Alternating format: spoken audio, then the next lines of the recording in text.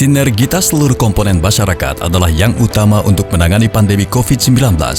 Upaya preventif penyebaran virus COVID-19 yang kembali mengalami kenaikan terus digalang oleh pemerintah, termasuk Kepolisian Negara Republik Indonesia.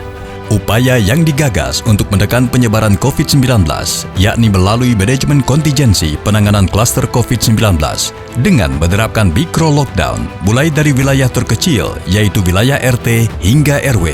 Pembatasan aktivitas masyarakat ini diberlakukan apabila ada warga setempat yang terpapar COVID-19 di daerahnya. Berikut adalah penerapannya. Prinsip yang mendasari manajemen kontingensi penanganan klaster COVID-19, yakni ketika lebih dari 5 rumah dalam satu RT atau zona merah terpapar COVID-19, maka bisa disebut klaster. Adapun untuk tingkatannya yakni, klaster tingkat 1, terdapat 5 hingga 10 rumah dalam satu RT atau berbeda RT yang terpapar COVID-19. Bertindak sebagai pengendali adalah Kapolsek dibantu perwira Polres. Klaster tingkat 2, terdapat 10 hingga 20 rumah dalam satu RT atau berbeda RT yang terpapar COVID-19. Bertindak sebagai pengendali adalah pejabat utama Polres. Klaster tingkat 3, terdapat 20 hingga 30 rumah dalam satu RT atau berbeda RT yang terpapar COVID-19. Bertindak sebagai pengendali utama adalah Kapolres dibantu oleh pejabat utama Polda. Dan klaster tingkat 4, terdapat lebih dari 30 rumah dalam satu RT atau berbeda RT yang terpapar COVID-19. Bertindak sebagai pengendali adalah pejabat utama Polda. Selanjutnya, pengendali dan seluruh anggota posko pada setiap klaster COVID-19 melakukan langkah utama, yakni freezing dan tracing.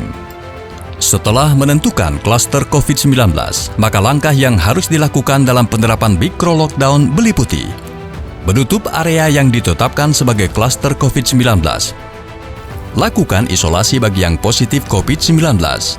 Kemudian, melakukan tracing kontak erat. Menutup tempat umum termasuk tempat ibadah. Mencegah kerumunan dan meniadakan kegiatan sosial. Melakukan sosialisasi dan edukasi. Menerapkan one gate system untuk screening keluar masuk orang. Pemberlakuan jam malam.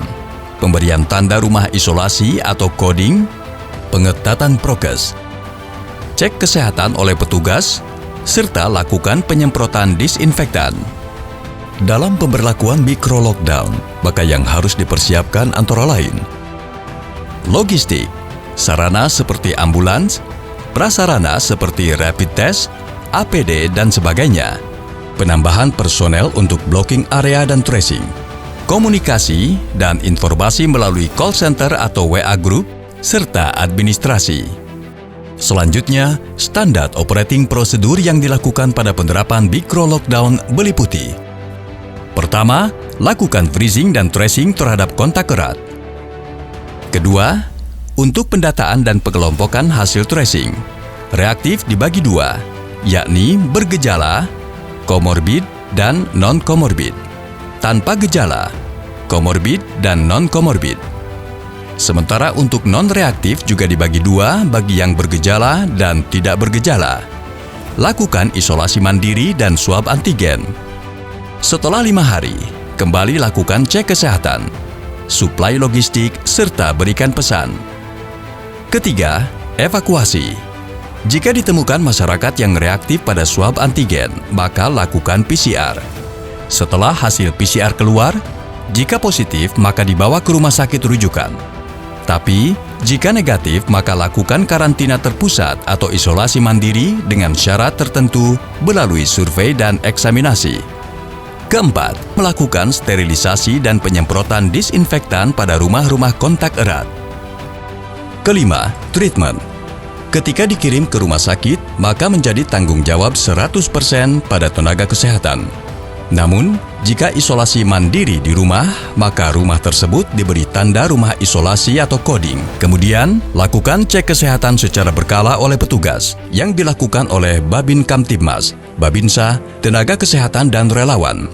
Keenam, blocking area. Tahapannya adalah dengan menentukan area blocking dan cara blocking. Kemudian, tentukan petugas blocking, masa blocking, aturan blocking, serta berlakukan jam malam. Ketujuh, sosialisasi dan edukasi pada RT yang melaksanakan mikro lockdown. Upayanya meliputi bersama Satgas RT dan RW menyampaikan pesan secara door-to-door, membuat pengumuman lewat media sosial dan lingkungan, membuat spanduk, menyebarkan pamflet atau flyer ke rumah-rumah, menggunakan sarana public address, serta kerahkan penerangan keliling Polri. Kedelapan, mencegah kerumunan dan meniadakan kegiatan sosial. Menolak semua permohonan izin keramaian dari warga kepada pamong desa. Pastikan tidak ada masyarakat yang berkumpul di area tersebut. Bubarkan jika ada kegiatan. Operasi justisi menegakkan disiplin protokol kesehatan. Setiap pendatang dari kabupaten lain yang akan menginap di salah satu rumah area lockdown harus diisolasi secara terpusat selama 5 hari. Sementara untuk sumber daya yang dikerahkan meliputi manusia, tenaga tracer dan tenaga cek kesehatan dilaksanakan sesuai dengan kebutuhan. Tenaga pengamanan, tenaga kesehatan untuk testing, di mana 2 tenaga kesehatan untuk 30 orang, serta petugas penyemprotan disinfektan. Material, siapkan ambulans, APD untuk petugas dan masyarakat, alat disinfektan dan obat, spanduk, serta stiker. Logistik, siapkan sembako atau dapur umum, serta obat-obatan dan vitamin. Terakhir, dukungan anggaran. Gunakan anggaran kegiatan rutin yang ditingkatkan. Dukungan dari APBD atau dana desa, atau juga bisa melalui swadaya masyarakat. Harapannya, dengan manajemen kontingensi penanganan klaster COVID-19 yang baik serta pemberlakuan mikro lockdown yang disiplin dan terukur, akan mampu memaksimalkan upaya penurunan angka kasus COVID-19. Kecepatan hasil laboratorium swab PCR ditingkatkan. Yang sebelumnya 5 hari, maka dipercepat hasil labnya menjadi 1 hari. Alokasi tempat tidur pasien COVID-19 di setiap rumah sakit harus ditambah untuk mengantisipasi adanya penambahan pasien COVID-19 untuk mencapai standar minimal bed occupancy ratio atau BOR, yaitu 60%.